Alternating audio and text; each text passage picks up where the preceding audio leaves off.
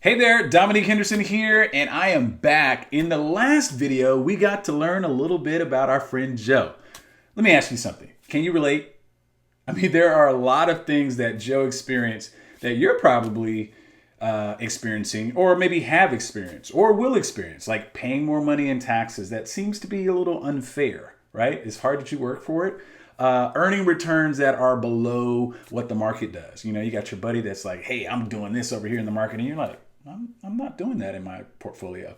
But what about this? What about understanding the role of opportunity cost and the time value of money, right? How you can't spend a dollar here and over there and over there. All of these things kind of layer on each other and kind of leave you with this question of what else can I do? Well, in this next video, we're going to explore how Joe handles, let's call it succumbing to the pressure of just taking more risk in the market, because that's what we're told, right? Just take more risk. You got to earn better returns. And specifically why that may not be the answer. Don't forget to consider subscribing to the channel and hitting the like button and even sharing it with others so that we can get this message out about protecting your wealth. Okay, let's get into the next video. The society is going to tell you, well, you just need to earn a better rate of return, right? Take more risk, put more risk in your portfolio. Okay, let's do that. Let's put 10, let's double his return. Okay, now in doubling his return, you see the actual cost has changed, not the nominal cost, but the actual cost has changed because now the 750 that he sent out the door doesn't get to earn, you know, it's not compounding at 5%, but it could be compounding at 10%. So that's why that cost is bigger.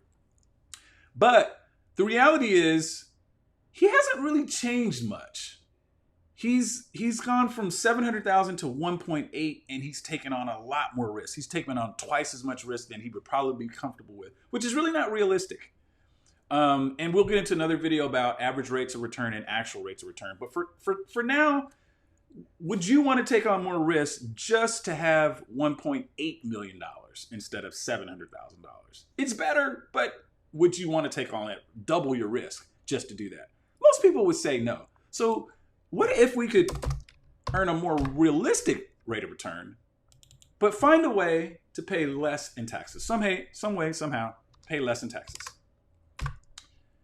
Well, that helps a little bit. That alone gives us back $300,000. We were starting at 700,000, now we're at 1 million. That alone gives us back 300,000.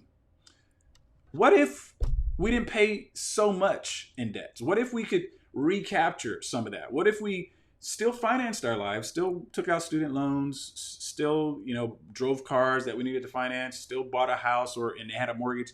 But instead of paying that money to the finance company, we were able to recapture some of what we pay out.